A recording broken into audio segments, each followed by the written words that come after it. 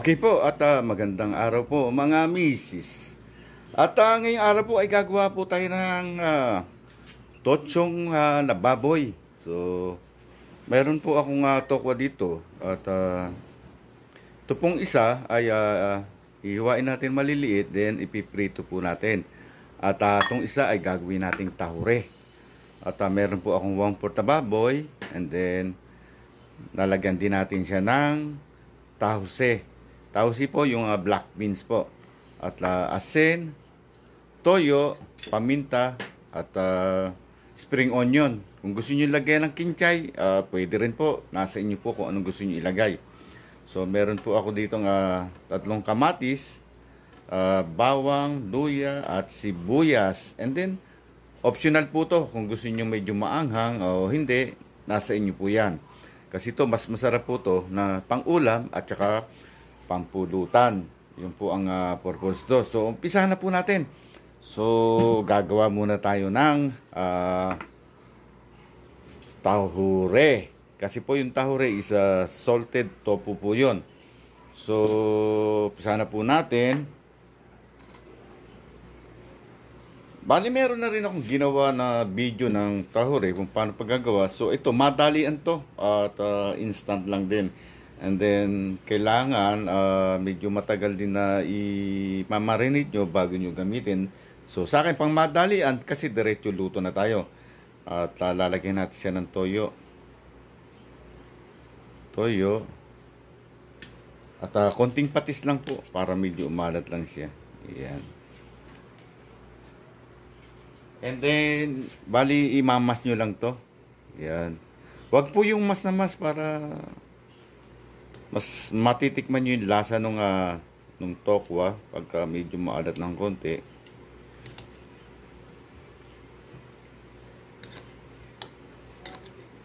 Pag naluto to, akala nyo ano siya, itlog.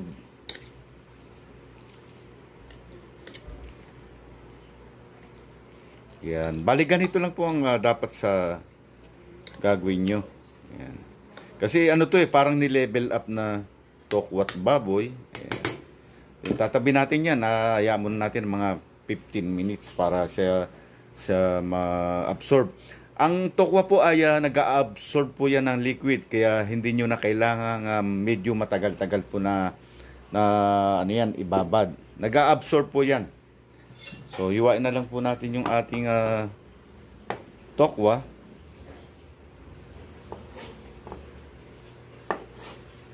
Then, piprito natin ito maya-maya.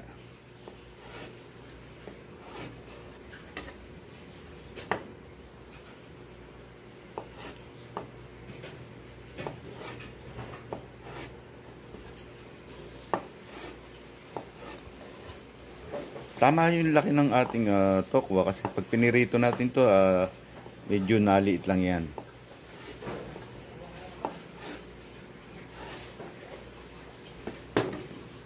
Lagay muna natin sa tabi. So, umpisa na po natin gayatin itong ating mga gulay. Panggisa.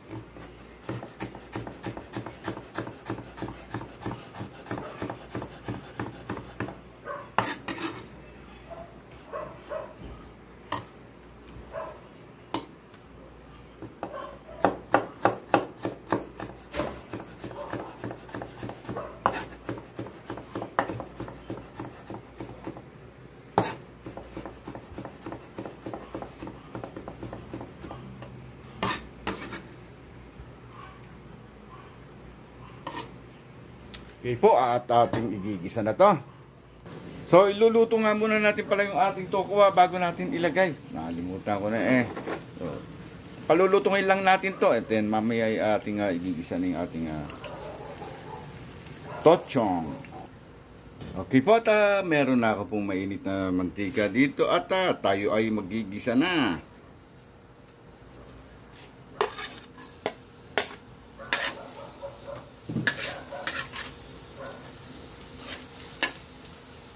So, sunod natin ang ating sibuyas.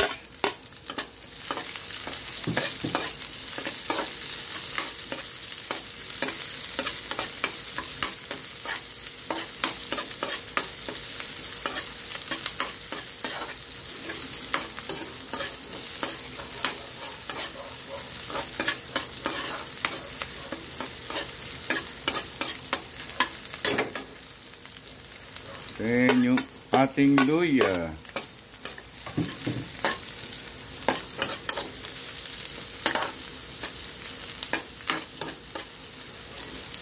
Yan lang natin lumabas yung aroma ng ating luya, and then yung sibuyas.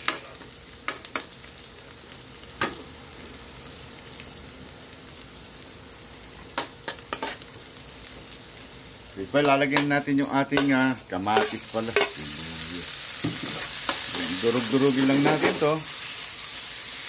Then saka natin lalagay yung ibang ingredients.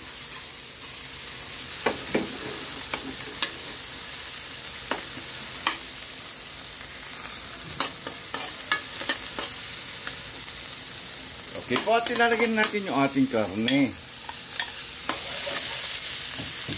Ayan.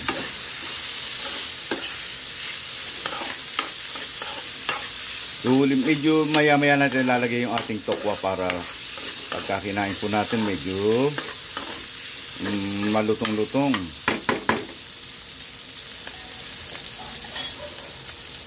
Lagyan na natin ng paminta.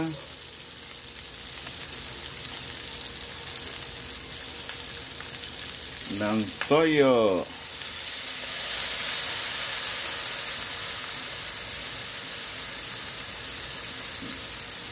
At yung ating black beans.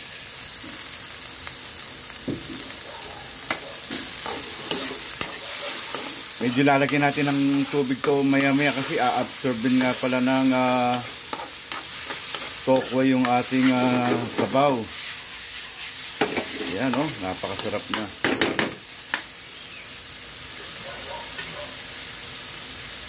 Ilalagay na po natin yung ating tahure.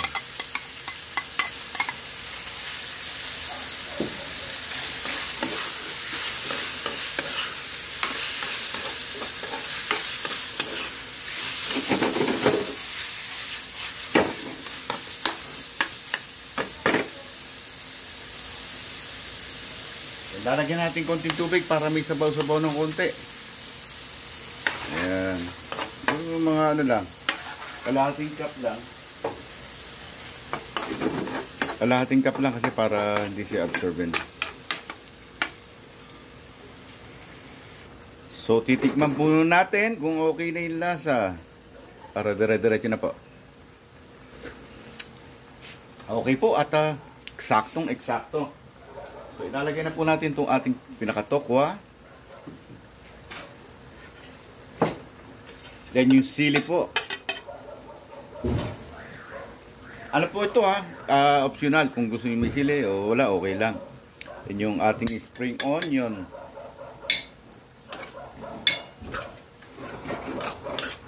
Ayan. Then, lagyan natin konting asin para medyo lumasalasa. Yan, bali ganito lang po yan. At napakasarap na ito ng ating tochong. So, huwag niyo po sanang kalimutang mag-like and share and subscribe po. At pakihit na rin po ang bell para sa susunod kong video. At marami pong salamat.